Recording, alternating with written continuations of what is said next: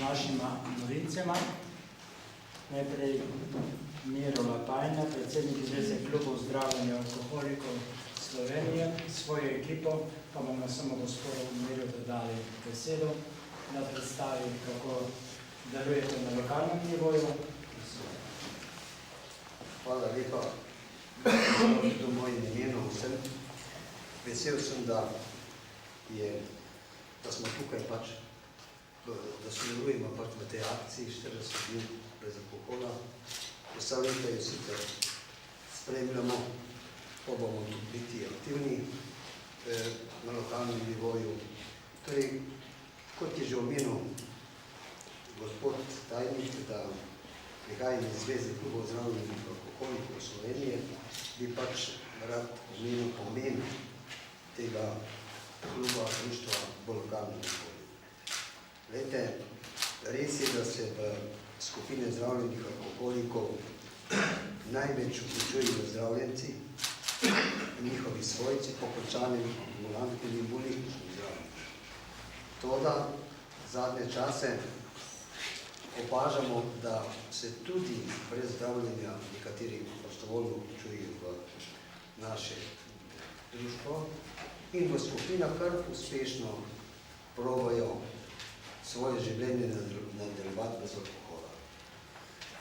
To je en vidik, torej delovanje v skupinah skupaj z družinskimi člani. Poleg tega pa društva delujejo tudi v smislu zdravega načina življenja, predvsem pravilnega izkoriščanja prostega časa.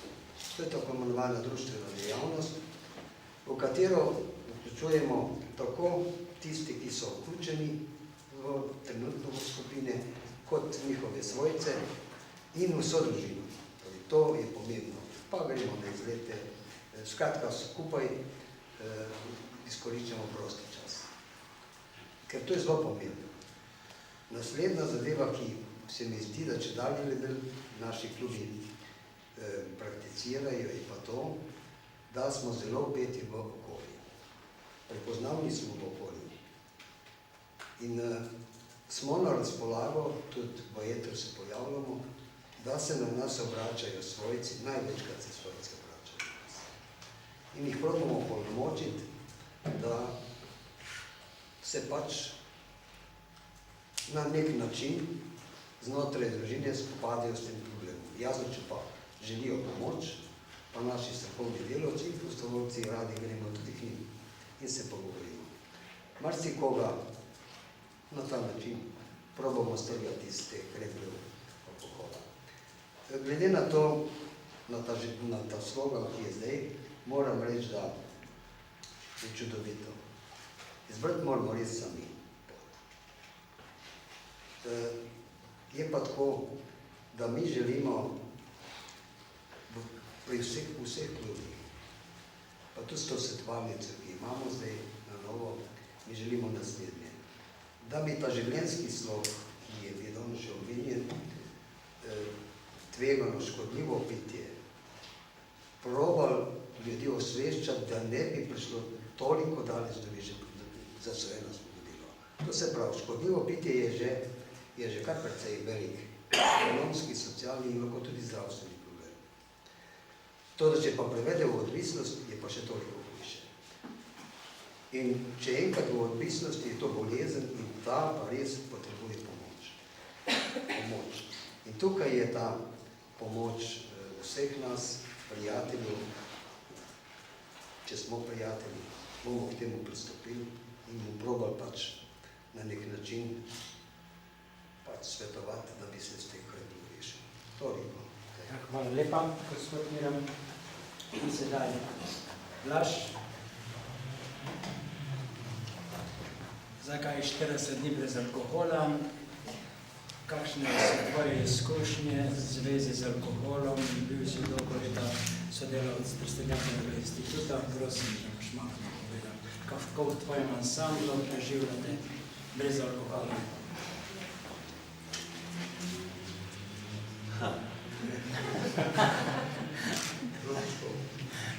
Težko, nakratko. V Adriani smo bili stari 13 let, ko smo začeli igrati, seveda po gostilnah, približno 200 dni na leto. In predstavljajte si 4 osnovnošolce, končali smo 8. razred osnovne šole in smo bili vsak konec tedna na eni izmed zabav, eni izmed slovenskih gostiln, kjer so nas seveda obkrožali pivski mentori, predvsem starejši, seveda starejši. Pogosto se vprašamo oziroma rečemo, da na mladih svet stoji, mladi pa izzivalno rečejo, kje pa mladi. In ravno to se je dogajalo takrat.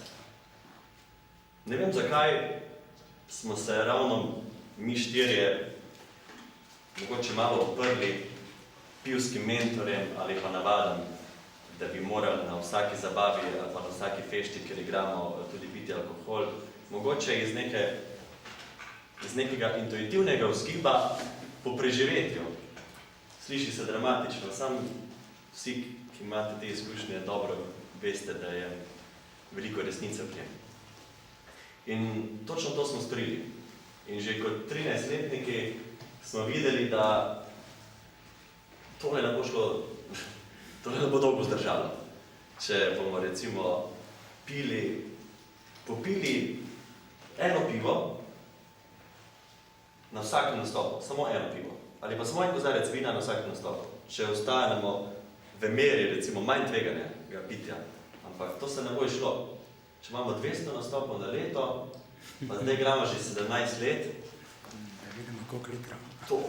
to se ne bi šlo. In smo takrat spostavili, že kot mladeniči, pravilo, da če se ga samo enkrat napiješ, nisi več modrijan, nisi več vrtnabo, letiš van. Brez debate, brez kakršnekoli debate o tem, če se ga slučajno napiješ, da potem se bomo pogovorili pa bodo neke sankcije. Ne. Letiš ven in zgubiš pač članstvo v ansamblu.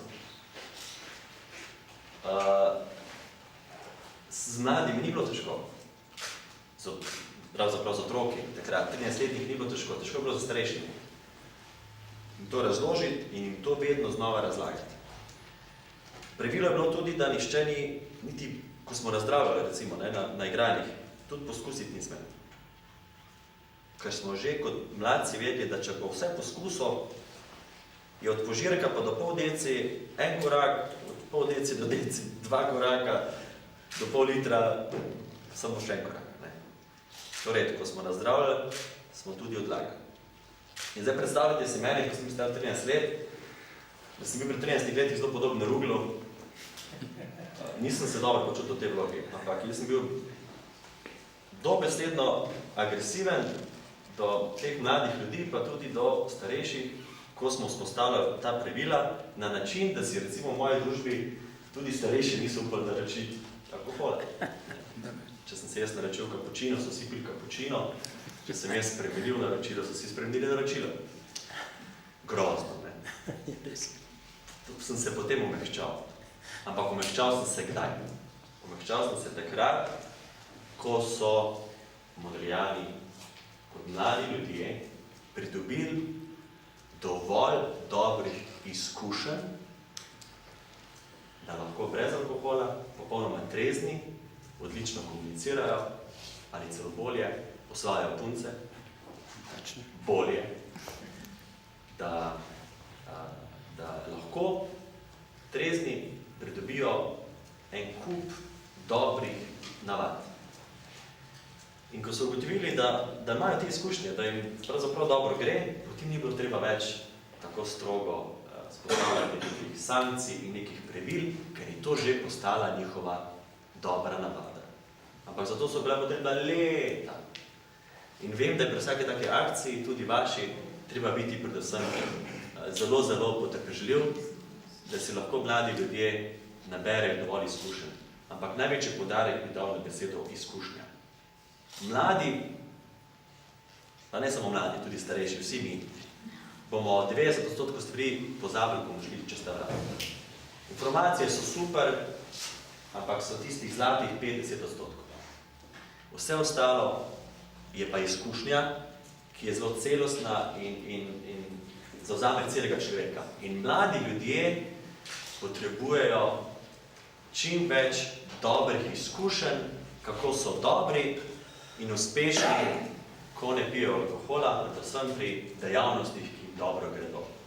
Ali je to kultura, ali je to šport, ali je to vrtičkanje, ali je to ples, karkoli, in da so pri tem pohvaljeni.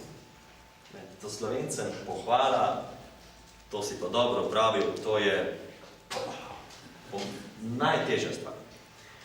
In ko gledam mlade na nastopih, ki jih še vedno ogromno, si želim predvsem to, da bi se vsi mi, ki se s tem ukvarjate in predvsem tudi učitelji v šolah, z mladim človekom toliko časa, kot se z njim ukvarjajo, ali bo naredil matematiko ali ne, in ga maltretirajo v tem, ali bo trojka ali bo štirka, da bi se toliko časa z njim tudi pogovarjali o tem, kaj rad počne, ko pride domov. Ali je to peka kruha, ali je to spravilo sena, ali je to glasba, ali je to gledališče, ali je to šport, da se o tem z njim pogovarjajo in ga enako močno pri tem tudi spodbujajo, kako mu gre pri teh dejavnosti, kako redno jih ponavlja, ali je uspešen pri tem in kje bo lahko vse to tudi enkrat navsezadnje tudi pokazal in unovčil. Ker dobre, zdrave navade so tisto, kar na dolgi rok na eni tehnici prevaga, kam se človek v prihodnosti najde. Jaz sem zelo hvaležen tudi te izkušnje in da sem lahko te stvari potem tudi predvetiral na inštitutu z dr. Jožetom in Ksenjo Mož. Sem hvaležen dejansko za te izkušnje, da sem lahko tudi z Modrijani te stvari spoznal in da lahko z nekim zgledom, da na nastopih pač pijemo vodo, brez izjeme. To kažemo zdaj tudi mnogim mladim glasbenikom in nekateri sledijo, eni ne, eni se sprašujejo, mnogi pa sledijo. Vem pa, da je treba biti pri tem zelo potrpežljiv, ampak se da in je mogoče, če pač stopimo skupaj, ne, z vsemi akcijami. Tako da želim vaši akciji, 40 dni brez alkohola, vse dobro, pa da bi trajalo. Kaj naj rečem? Ja. Dobro si upravil štab, ambasador, 40 dni. Dobro, hvala. In seveda vsi drugi, ne, da ne bi bilo zdaj kdo užalil. Štart smo dobro upravili. Ne. Zdaj pa so vprašanja. Na razpolago so tudi, kot vsi, da bi lahko še kaj odgovarjali ali pa se z vami srečali, novinarji, televizijske hiše, radijske hiše. Oziroma vprašanja, če imamo.